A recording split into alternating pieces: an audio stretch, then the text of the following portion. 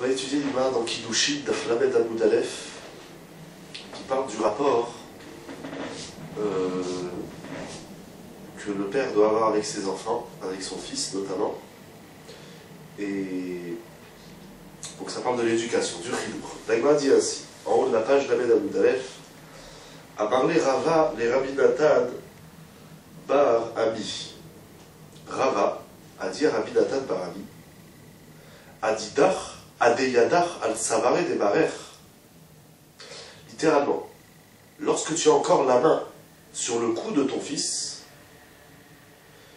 Bishitsar vead Esri Betarte, c'est entre 16 et 22 ans. Veamrela, et certains disent, Bitam Desare Adesri Verba, entre 18 et 24 ans. C'est-à-dire quoi, avoir la main sur la tête de son fils, sur le cou de son fils, on va voir. Donc deux versions. L'un dit c'est entre 16 et 22, l'autre entre 18 et 24.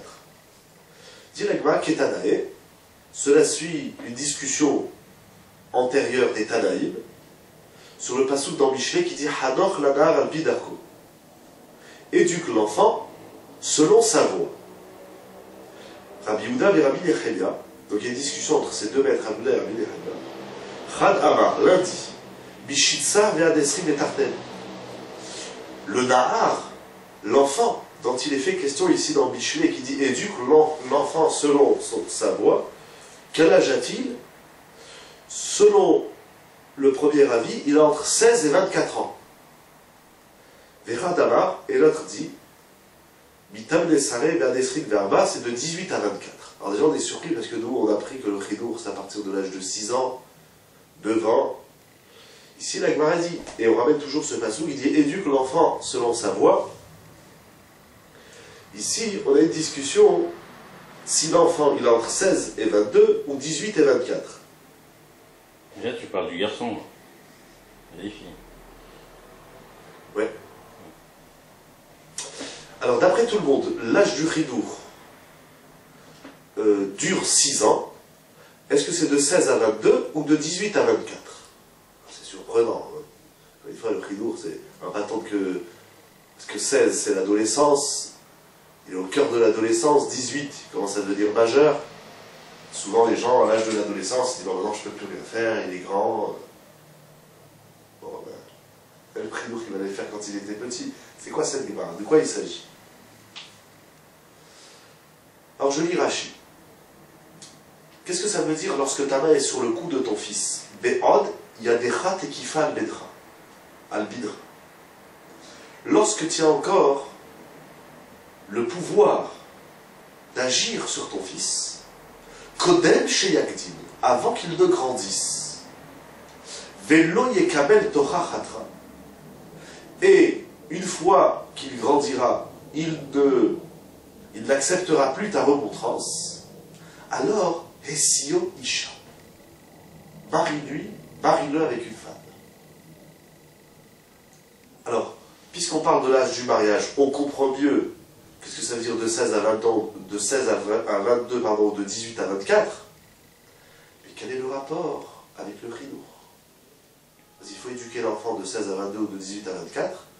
Ça veut dire, d'après Rashi, tant qu'il est encore enfant, avant qu'il ne grandisse, c'est-à-dire tant qu'il est en mesure d'entendre ta toracha, ta remontrance, marie-le.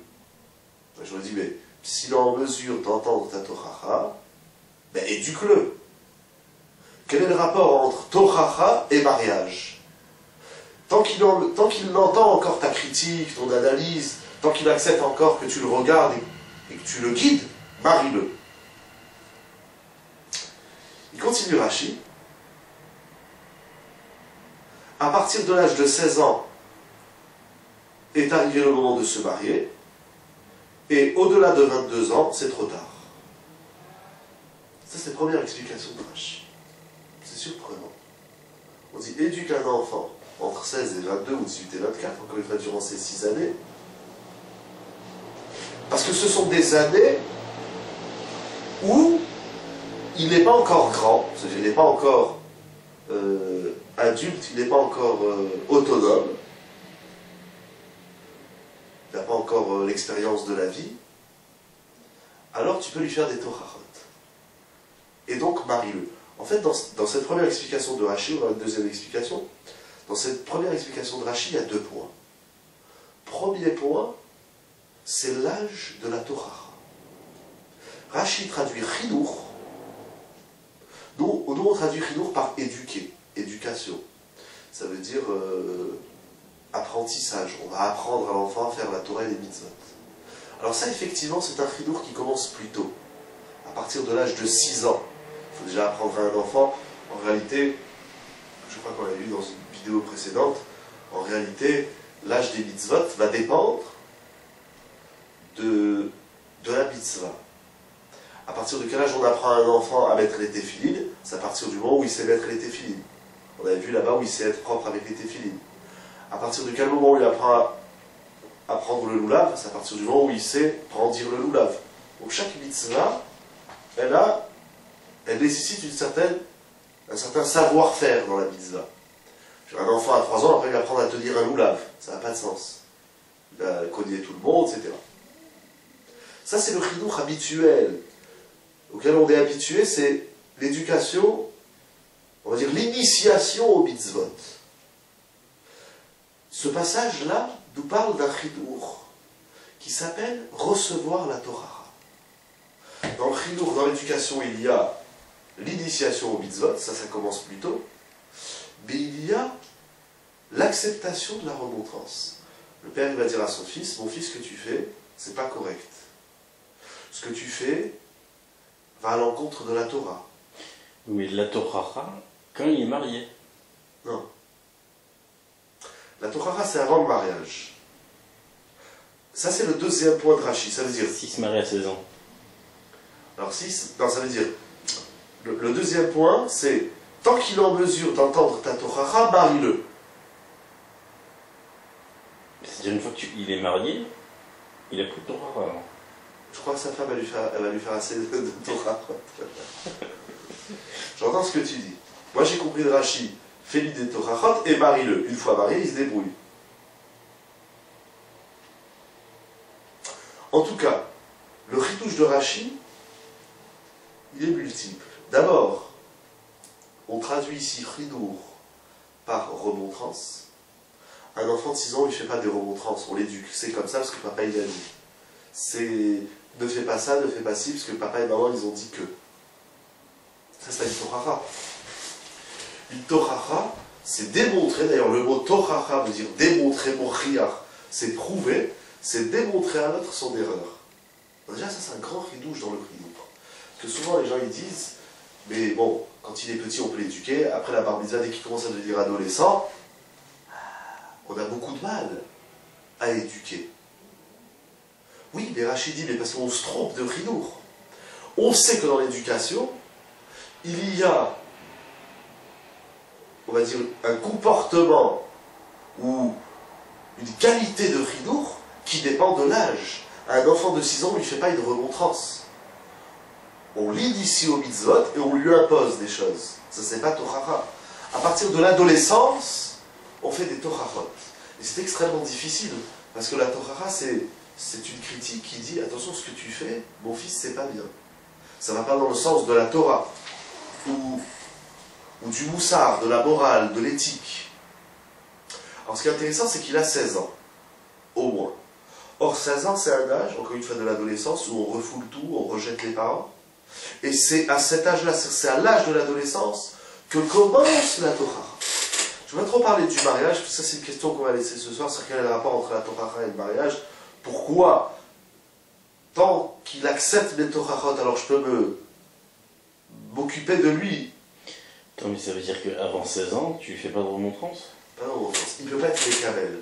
À 13 ans, il est trop petit. Il ne faut pas oublier, encore une fois, Torah, c'est une mitzvah de la Torah, qui veut qu'on démontre à l'autre son erreur. On le mette en face de son erreur. C'est comme ça que Rachid l'explique. J'ai oublié où est-ce qu'il est ce Rachid, peut-être dans Khoulit, mais je ne suis pas sûr. Oui, mais il peut peut-être comprendre avant 13 ans et 14 ans. Encore une fois, on parle d'une généralité. C'est-à-dire, peut-être qu'effectivement, à 12 ans, 13 ans, 14 ans, il est mûr pour comprendre. Mais entendre une Torah, ça implique plusieurs choses.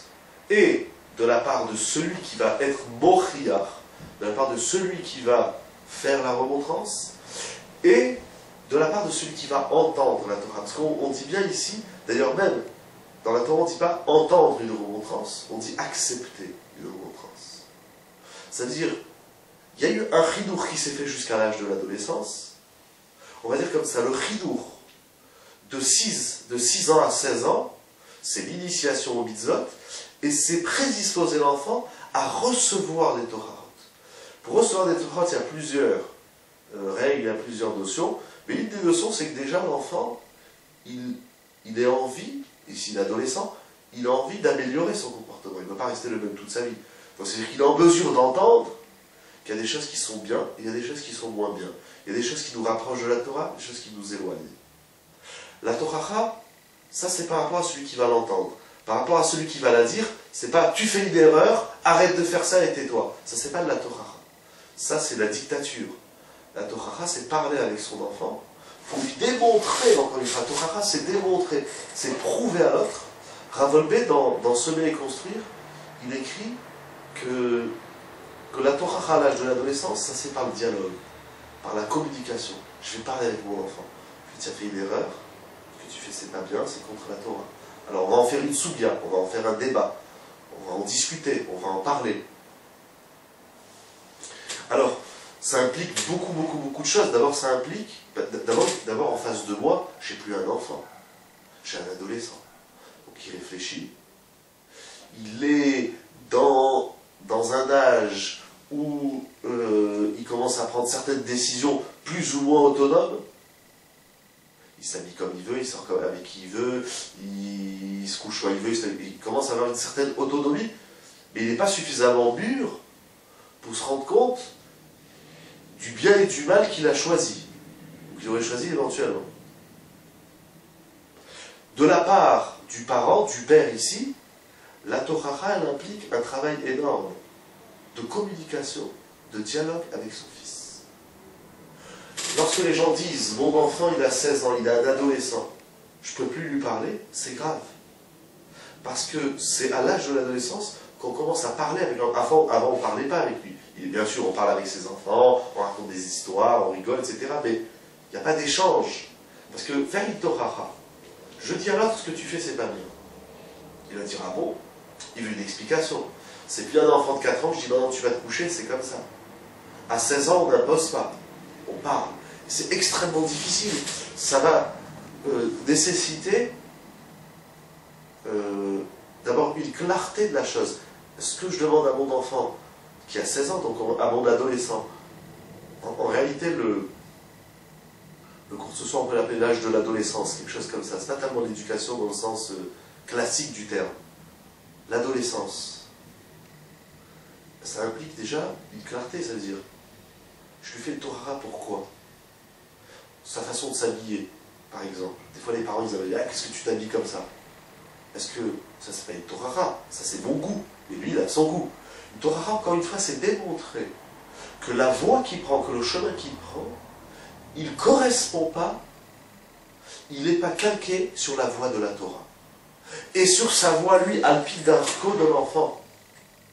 C'est un dialogue. C'est très difficile, il faut une grande patience.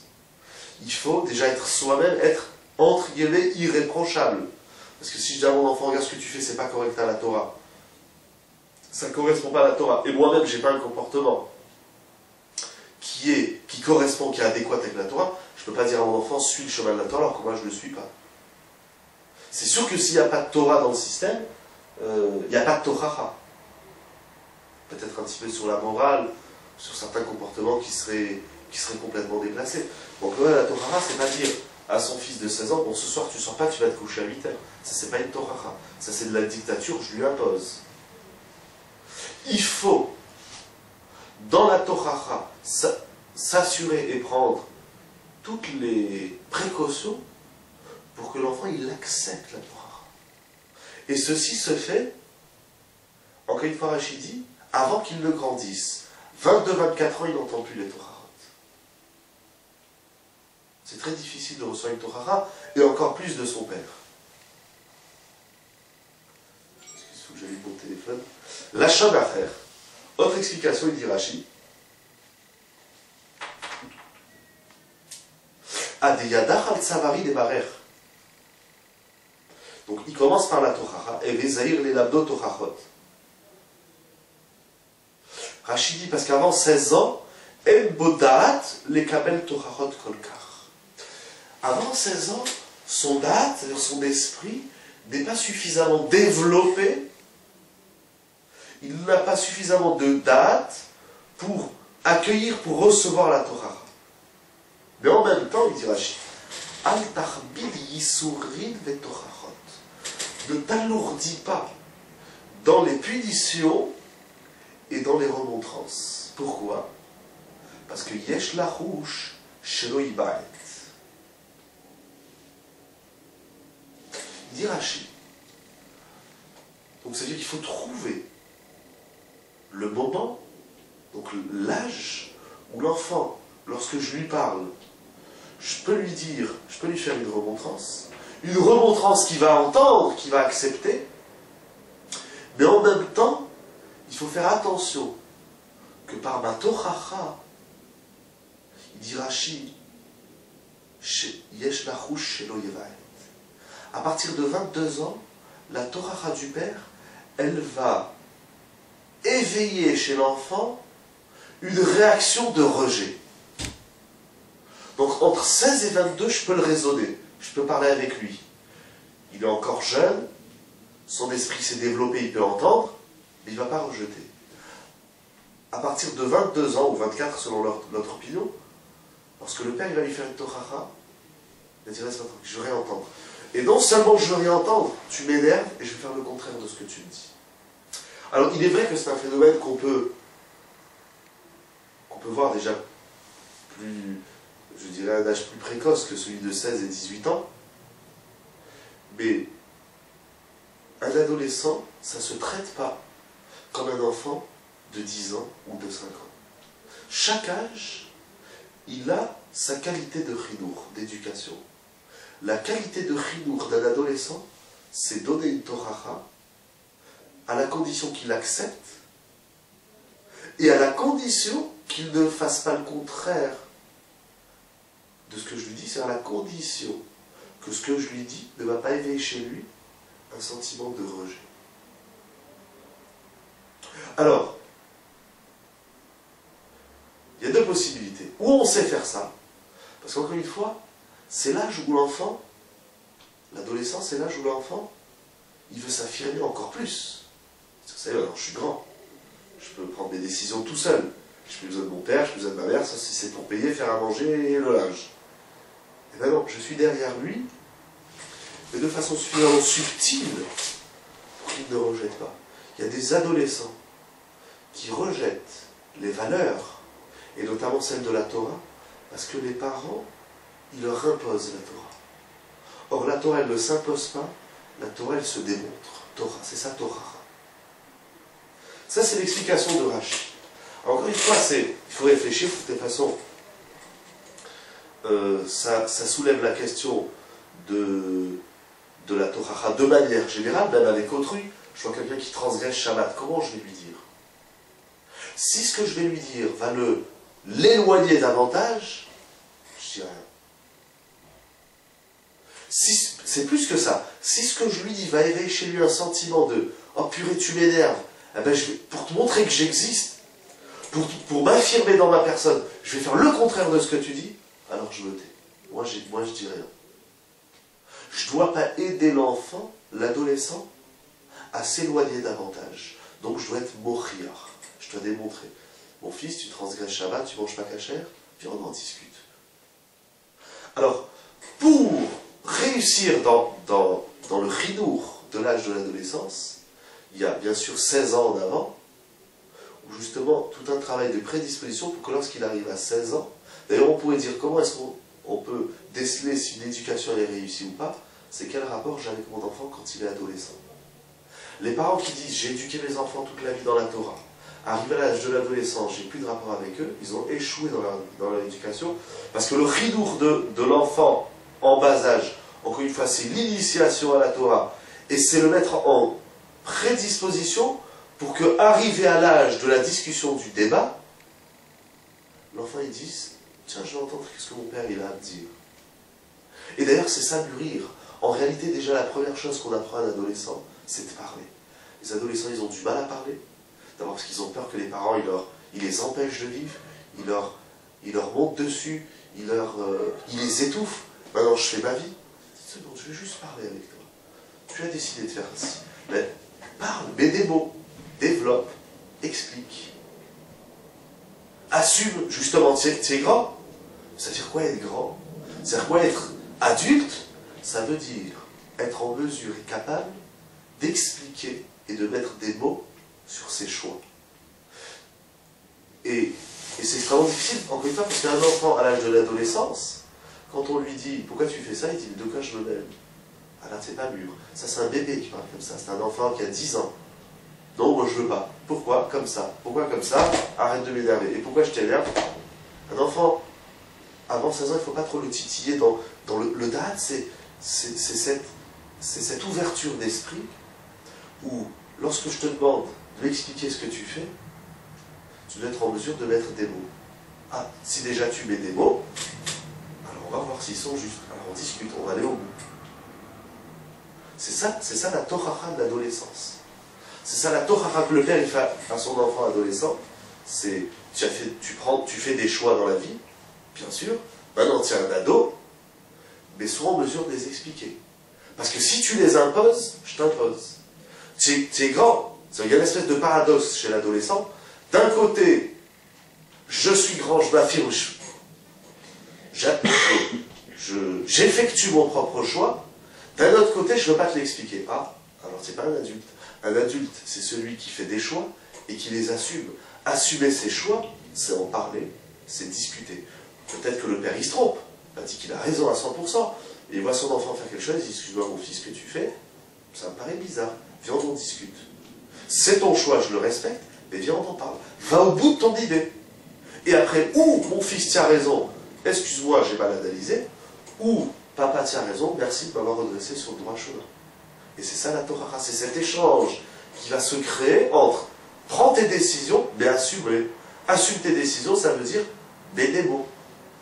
Je fais comme ça, et vous, mes parents, pour rester propre, parce que c'est une vidéo de Torah, eh bien, je ne changerai pas. Non. Alors ça, c'est pas être grand, ça, c'est être petit encore. Donc, d'après Rashi, c'est fais une Torah pour s'en mesure de l'accepter. Donc, il faut attendre qu'il ait suffisamment de dates pour accepter une Torah. Et selon ce qu'on a dit, ça veut dire mets des mots, assume tes choix. Tu dois être en mesure de les expliquer. C'est ça, être grand. Et Rashi dit fais attention. Comment tu le dis, comment tu le fais, et quel âge il a, parce qu'en fonction de ces paramètres, s'ils ne sont pas bien respectés, il risque de rejeter davantage, tu risques de l'éloigner davantage. Donc ça va impliquer un travail, déjà de clarté avec soi-même, d'authenticité. Ça m'en fiche, je veux ton bien. C'est pour toi. C'est pas que ça m'arrange, que tu aies des bonnes notes, etc., etc. C'est pour ton bien. Tu n'es pas convaincu, on en parle. Donc je veux pas, tu es petit. Tu estimes être grand. Et c'est justement, encore une idée, c'est justement parce que tu es un adulte que moi, parent, je te traite en tant qu'adulte, et entre adultes, on parle. Lorsqu'un adolescent il s'énerve, le rôle du parent, c'est pas ou il claque, ou tais-toi, ici c'est moi qui commande. Non, c'est pourquoi tu t'énerves, on discute, tu es un adulte. Je te traite en tant qu'adulte. Tu n'es plus un enfant à qui je vais donner une fessée et à qui je vais imposer des choses parce que je suis ton père et c'est comme ça. Moi, je te prends comme un adulte. Je te traite comme un adulte. Donc, j'accepte que tu as grandi.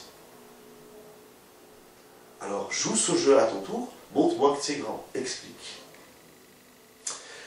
Le Tosfot Azaken, d'ailleurs, à travers l'Igma dans Moed Katan qu'on va voir tout de suite, il développe l'idée qu'on voit souvent, malheureusement, à tort, chez certains parents, que quand ils n'ont plus d'arguments pour parler avec leur enfant, et notamment encore une fois dans l'âge de l'adolescence, ils envoient une tarte. Ça veut dire, si je suis ton père, si tu n'es pas content, je t'envoie une baffe. Et même si je ne t'envoie pas parce que je me retiens, tu es un adulte, mais comme il te dit, si tu continues, tu lèves la main sur ton fils. Qu'est-ce qu'il pense l'enfant? Il dit Tosfot Riazaken, l'enfant qu'est-ce qu'il pense? Puisqu'il est grand, un grand qu'est-ce qu'il fait? Il se défend. Il dit à partir du moment où je lève la main sur mon enfant, n'oublions pas qu'il est adolescent, qu'est-ce qui se passe? À son tour, il va lever la main. Alors il va peut-être pas rendre le coup. Mais il aura au moins cette pulsion ou au moins cette frustration de dire si c'était pas mon père, je l'aurais connu. Je le connais pas parce que c'est mon père. Donner ce sentiment à l'enfant, c'est grave. Le conduire, en réalité, non pas seulement à ce qu'il rejette la Torah, mais le conduire à ce qu'il rejette son père, c'est encore plus grave. C'est-à-dire que très souvent, et je ne peux pas dire, je n'ai pas eu d'expérience professionnelle dans le domaine, mais des quelques parents avec qui je parle de l'adolescence, qui viennent poser des questions avec qui on en parle, c'est mon enfant, il me rejette. Et s'il te rejette, c'est que tu l'as rejeté, tu ne l'as pas traité comme un adulte. Ça veut dire, fais attention quand tu lui parles, non seulement qu'il ne rejette pas la Torah, mais qu'il ne te rejette pas à toi aussi en tant que père. Et c'est-à-dire, non seulement il n'a pas rejeté la Torah, mon fils, il faut faire Shabbat, il faut manger kasher. Ouais, tu m'as saoulé, je vais manger pas kasher. En réalité, en rejetant la mitzvah, il rejette son père. Lorsqu'un parent n'est pas écouté par ses adolescents, écouter, ça ne veut pas dire tu dois faire ce que je te dis à la lettre. Ça, c'est l'erreur de nombre de parents. À un enfant de 10 ans, je peux exiger quelque chose. Tu fais, et c'est moi qui commande. Mais un adolescent ne peut pas lui exiger. C'est comme ça ou quoi? Vas-y. Moi, je suis l'ado. Allez, je continue. Tu veux qu'on parle? Allez. Sinon quoi? Il n'y a pas de sinon, c'est comme ça. Et si je ne le fais pas? Ah, mon petit frère, ma petite soeur, tu vas leur donner une fessée. Et moi, qu'est-ce que tu vas me faire? Si je ne fais pas ce que tu dis, qu'est-ce que tu vas faire? Alors, le père, dans sa colère, si tu ne le fais pas, ben, bon, je ne vais pas t'envoyer une claque. Mais si je pouvais, je l'aurais fait. Ah, si tu pouvais, tu m'envoyais une claque. Mais moi aussi, si je pouvais, je t'aurais envoyé une claque. Donc, je te rejette.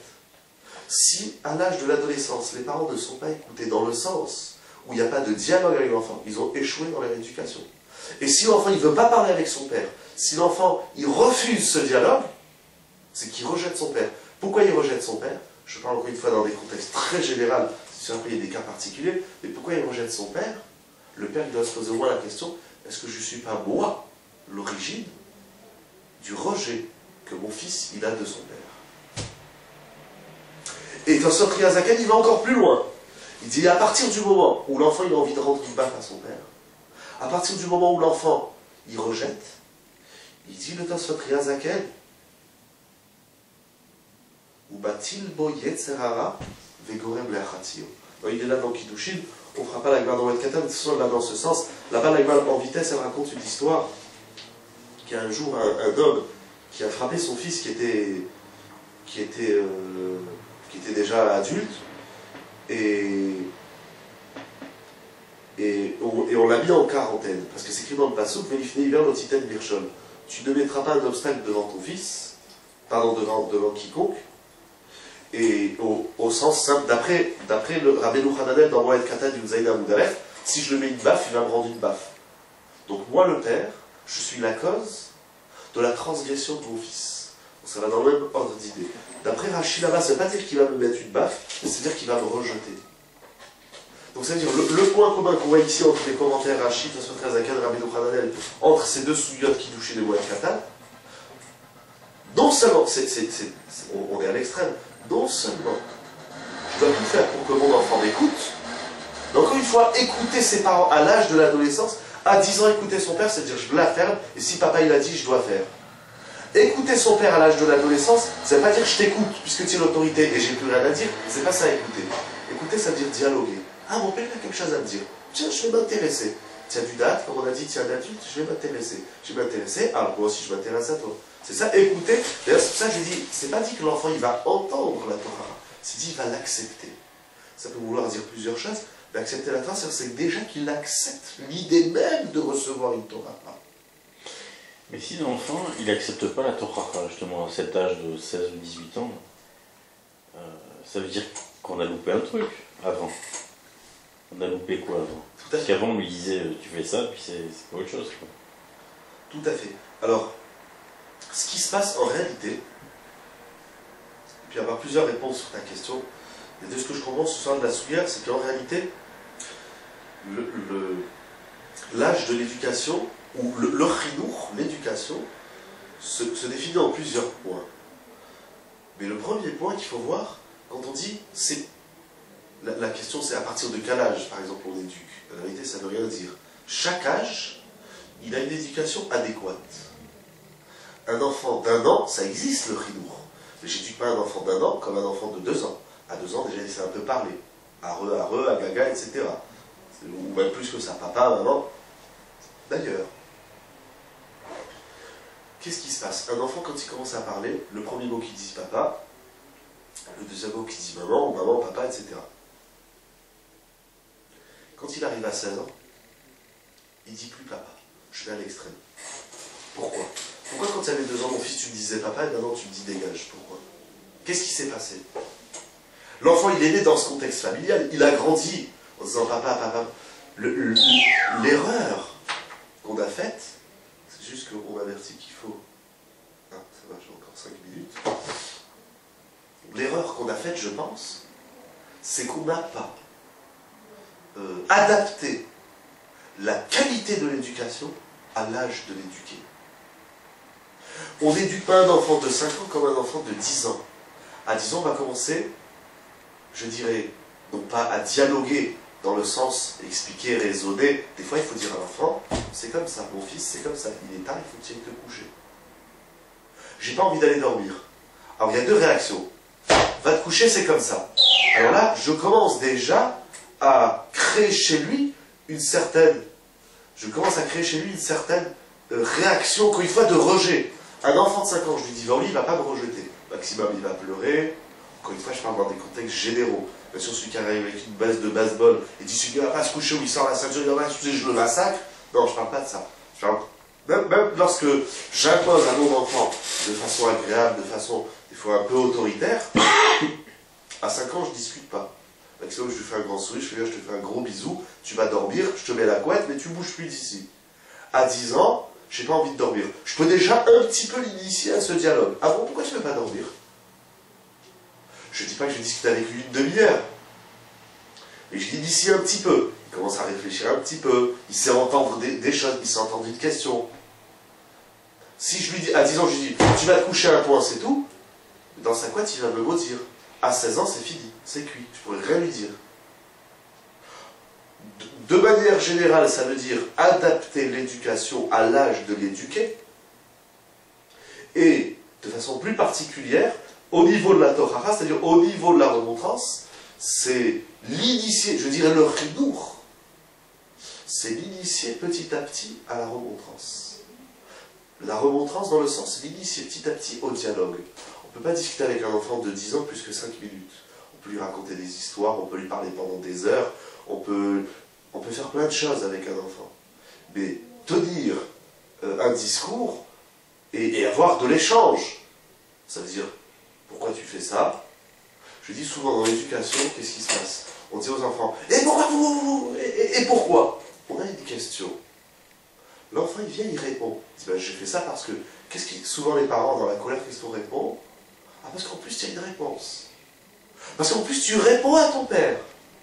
En plus, tu es effronté de répondre à ton père. Attends, là, papa, je n'ai pas compris. Tu m'as posé une question. Tu m'as demandé pourquoi je fais le fou. Laisse-moi t'expliquer. Non, je ne veux pas que tu m'expliques. Alors, ne me pose pas de questions.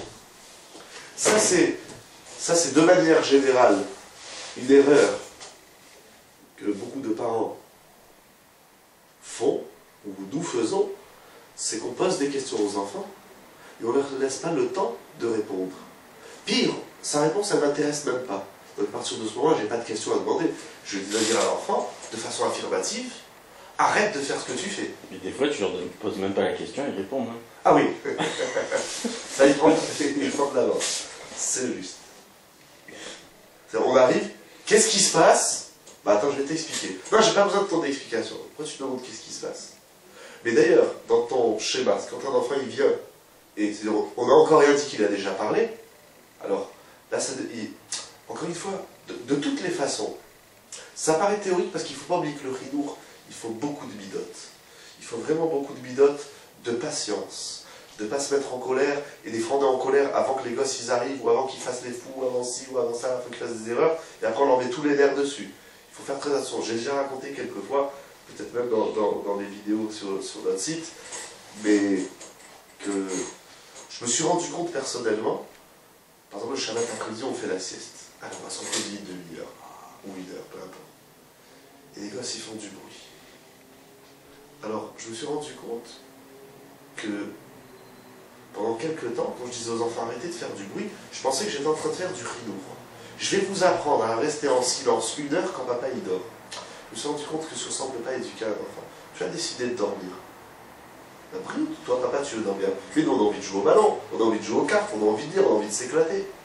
Alors je me suis dit, je ne vais pas les éduquer, je ne vais pas les initier à respecter papa quand il dort.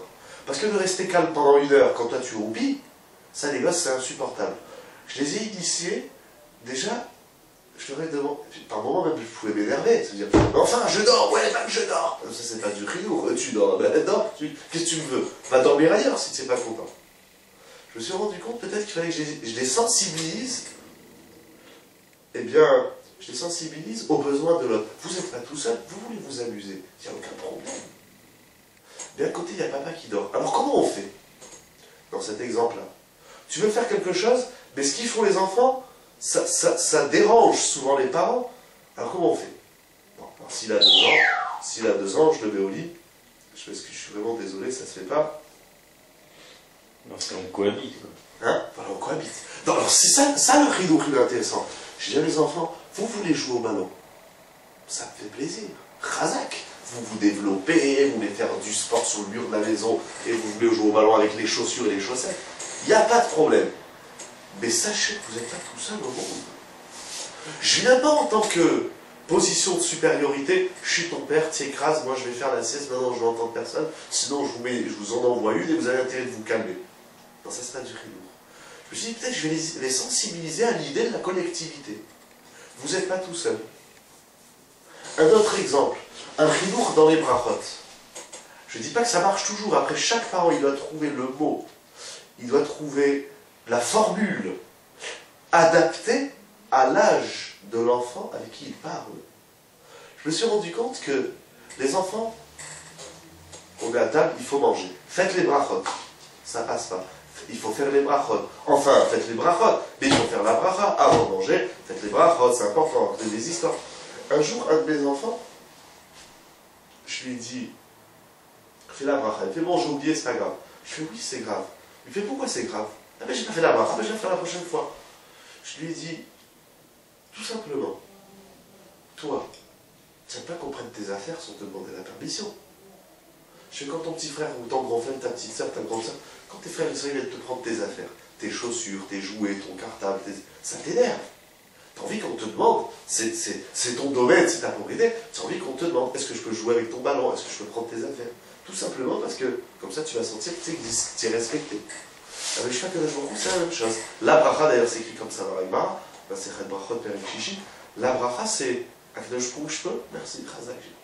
Et rentrer dans un monde et se servir comme un sauvage, ça l'enfant, il est en mesure d'entendre. Ça, c'est encore un point dans le Chidour. La formule adaptée à l'enfant, c'est la formule que l'enfant il va comprendre. Très souvent aux enfants, on leur parle comme si c'était des adultes. Et très souvent, des enfants à 10 ans, on leur parle comme si c'était des ados, et aux adolescents, on leur parle comme s'ils avaient 10 ans. Il faut que je trouve la formule qui correspond à l'enfant, comme il a dit Rachid, les Yekabel Torarto, pour qu'il puisse accepter ça. Comment je vais dire, des fois il faut attendre. Un enfant il fait une erreur, il fait une bêtise. À moins d'un danger ou de quelque chose de grave, on n'est pas obligé de réagir tout de suite. De toutes les façons, il n'est qu'un enfant. Je ne vais pas attendre 25 ans pour lui dire. Mais déjà, je vais réfléchir. Tiens, mon enfant, il a fait une erreur. Ou mon enfant, c'est pas obligatoirement des erreurs. C'est que tout simplement, il n'a jamais appris. C'est quoi les manières, c'est quoi le DRRS, c'est quoi les valeurs. Je dis, tiens, ici, mon enfant, il a une lacune. Encore une fois, je vais me reposer, c'est un exemple tout bête, où il y a le petit frère qui fait dodo, on demande à tout le monde de se taire. Comment on va demander à 2, 3, 4, 5, 6 enfants qui sont derrière, taisez-vous parce que le bébé il dort. Il dort, il n'a qu'à dormir. Mais il est 6 heures du soir, donc maintenant on va aller se coucher à 6 heures. Alors il faut que je trouve la formule pour les sensibiliser. Alors des fois ça prend du temps. Ça peut prendre un jour, ça peut prendre 2 jours, ça peut prendre une semaine. Ça peut prendre du temps. D'abord on se rend compte soi-même de ses propres erreurs. Pourquoi les parents ne se posent jamais la question, Pourquoi mes enfants ne m'écoutent pas? On se pose cette question, mais plus de façon affirmative. C'est inadmissible que vous ne m'écoutez pas.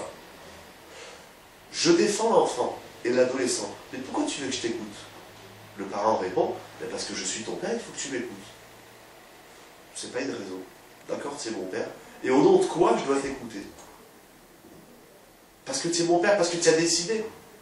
Ah, tu penses que ce que tu dis c'est bien pour moi? Démontre. C'est ça la Torah. Alors encore une fois, à 5 ans ça ne se démontre pas. C'est va au lit, je te fais un gros bisou, je te mets la couette, tu prends ton nounours, mais tu n'as pas intérêt de te lever. À 10 ans, si tu ne veux pas dormir, pourquoi tu ne veux pas dormir? C'est une discussion qui ne doit pas durer plus de 2 minutes. Parce qu'en général, à 10 ans, il n'a pas encore d'arguments pour expliquer pourquoi il ne veut pas dormir. Il veut lire, il veut jouer, il veut rester sur son ordinateur, il veut rester sur son jeu, etc. Je dis ok. Une qualité dans tous les sens à 16 ans, ce sera, dans cet exemple d'aller dormir ou autre, c'est un dialogue. Viens, on en discute, on en fait un débat. Il n'y a pas de problème. En réalité, ce que je dis, ça se résume en un mot. C'est le respect de l'enfant. Le respect de l'enfant, c'est savoir lui parler comme il peut entendre. Comme on avait vu dans une des vidéos sur le Chidour, on avait parlé là-bas du mensonge, du sheker. Et là-bas, j'avais rapporté la Gemara dans Souka, qui dit que mentir à un enfant, c'est pas seulement lui dire le contraire de ce qui est vrai. Mentir, c'est dire quelque chose à l'enfant qu'il n'est pas en mesure d'entendre. Je ne sais plus très bien les exemples. Un des exemples que la Gemara dit, il ne faut jamais faire une promesse à un enfant qu'on ne va pas respecter. Si je dis à un enfant, tu fais ça, tu auras une récompense, et je ne lui ai jamais donné, qu'est-ce que je lui ai appris? À mentir. Ici, mentir dans le sens, si je parle à quelqu'un, mais ce que je dis, c'est pas adapté pour qu'il puisse l'entendre, ça s'appelle du mensonge. Parce que lui, il va rien comprendre à ce que je lui raconte. Il va dire, mon père, il est fou, mais qu'est-ce qu'il me raconte là? Je comprends rien. Bon, la différence entre mensonge et vérité, une des différences qui s'inscrit ici, c'est ce que tu me dis ne correspond pas à une réalité, notamment. Si je dis ce verre, il est à moi alors qu'il n'est pas à moi, il y a une incohérence entre ce que tu dis et ce qui est vrai. Donc toute incohérence entre le sujet et la parole est un mensonge. Donc un enfant, quand je lui parle, mais que ce que je lui dis, c'est pas adapté en fonction de son âge, de sa maturité et de son date, comme il dit Rachid, ça s'appelle du mensonge. Dis pas ce que tu me racontes, c'est des salades. Je comprends rien à ce que tu me dis. Alors on se pose l'exemple, pourquoi tu m'écoutes pas? Mais la réponse elle est simple. Je t'écoute pas parce que je comprends rien à ce que tu me racontes. J'ai souvent donné l'exemple du rangement. Une mère, elle demande aux enfants, rangez vos affaires. Rangez vos cartables, rangez vos chambres, rangez votre linge. J'ai réfléchi parce que je me suis rendu compte chez moi que les enfants n'écoutent pas. On leur dit ranger, ils ne rangent pas. Pourquoi? Ils ne sont pas tous tordus, ils ne sont pas tous débiles, et quand je parle avec les parents à droite à gauche, ah bon les enfants qui ont envie de ranger, ils ne rangent pas. Ah, par quelques-uns, on ne sait pas pour. Bon, la question c'est pas ceux qui ne rangent pas, c'est ceux qui rangent. Quand tu as des enfants qui rangent, tiens, c'est bizarre. Bon, ben Razak, tu as réussi dans ton frigo. Moi j'ai échoué. Alors c'est quoi la question? Pourquoi mon enfant, quand je lui dis, range tes affaires, fais tes devoirs, fais ci, fais ça, pourquoi il ne le fait pas? Pourquoi il ne m'écoute pas? Et là, j'ai traité mes enfants comme des adultes. Quand je parle à un adulte qui ne m'écoute pas, je dis, pourquoi il ne m'écoute pas? Il n'est pas débile, je lui parle, pourquoi il ne m'écoute pas? Et on pourrait remonter la question encore plus haut. Pourquoi Hachem, quand il nous parle, on n'écoute pas? Hachem dit, faites Torah et Mitzvah, pourquoi on n'écoute pas? Et, alors des raisons, il y en a plein, et il faut adapter une réponse à chacune de ces questions en fonction de l'âge, mais l'idée commune que je veux dire, je vais essayer de dire ce soir, c'est que très souvent, j'écoute pas l'autre, parce que ce que l'autre il dit, j'ai rien compris. Tout simplement. C'est là, tu es en train de me dire, range tes affaires. Mais la notion de rangement pour un enfant, ça veut absolument rien dire. Moi, adulte, ranger, et d'ailleurs, j'ai fait ce constat, parce que même entre adultes, ça marche comme ça. Quand un homme il dit à sa femme, il rentre le soir, il dit « Excuse-moi, la maison, elle n'est pas rangée. » Elle ne comprend pas. Ou quand la femme, elle dit à son mari « Range tes affaires. S'il te plaît, on reçoit du monde, range ton bureau. » Mais que tu veux, mon bureau, il est rangé. Je me suis rendu compte que le mot « ranger », il a plusieurs connotations.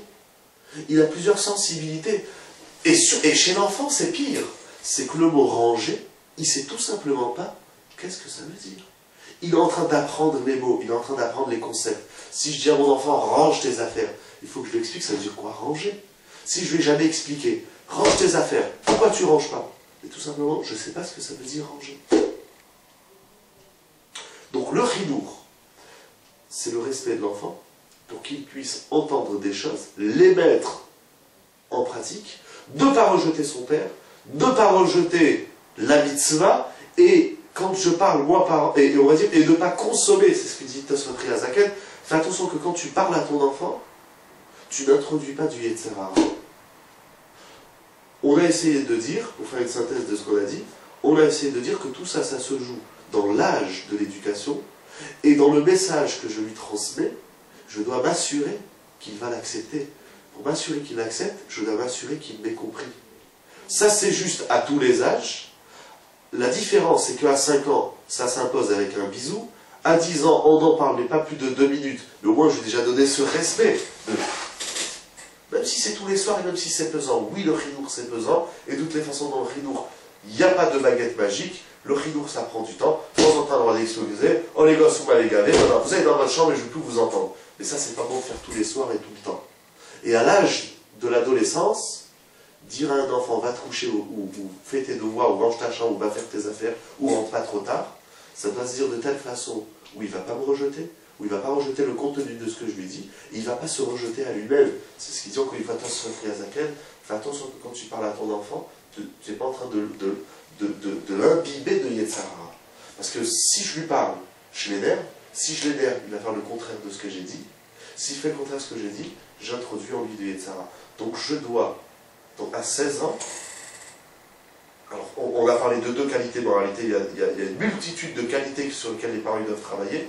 Il y en a au moins 2 qui sont majeures, à travers les sougiotes qu'on a étudiées dans le chinour et les saïds, etc.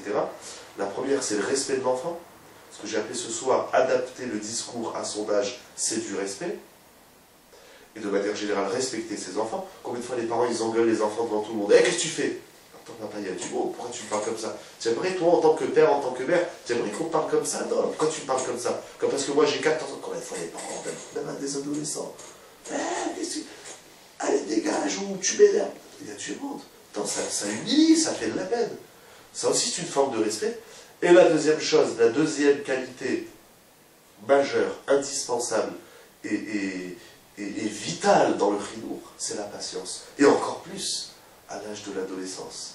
L'adolescent, la patience, comment il parle, parce que des fois on a envie de les cogner, parce qu'un ado qui a 14-15 ans, quand tu dis quelque chose et qu'il te répond, alors j'ai le droit de lui dire attention, on ne parle pas comme ça. Soit parce que je suis ton père, donc ça s'impose en tant que mitzvah, soit parce qu'en face de toi, tu es un adulte, tu as quelque chose à dire, pas de problème, on parle, on discute. Tu n'es pas content? Ah oui, mais tu sais pourquoi je te réponds? Alors, ce qui est incroyable ici, c'est que cette para, elle condamne les parents, elle dit, vous savez pourquoi vos enfants, ils vous répondent comme des sauvages? C'est parce que vous lui avez parlé comme un sauvage. C'est pas entièrement vrai, parce que des fois, on prend sur soi, on dit, bah, allez, mon fils, il faut que je te parle. Alors, bon, déjà, l'enfant, quand il faut que je te parle, j'ai quelque chose à te dire, tiens, c'est pas, qu'est-ce que tu fais? Mais enfin, que tu parles comme ça? Parce que t'es mon père, t'as pas le droit de me monter dessus. Déjà, un père, quelque chose à dire à son fils, il doit le traiter comme un adulte. Quand je veux dire quelque chose à mon voisin, quand je veux dire quelque chose à mon collègue au travail, je lui dis, il faut que je te parle. La même chose avec son adolescent, il faut que je te parle. Alors, comment je vais dire? Ça va prendre du temps, il faut beaucoup de patience. On a parlé de 2 qualités, le kavod et la savlana, dans cette éducation qui est, non pas l'éducation de l'initiation au mitzvot comme les enfants en bas âge, mais l'éducation à recevoir des torahot et à améliorer son chemin. Voilà pour ce soir, et je vous dis à la prochaine vidéo.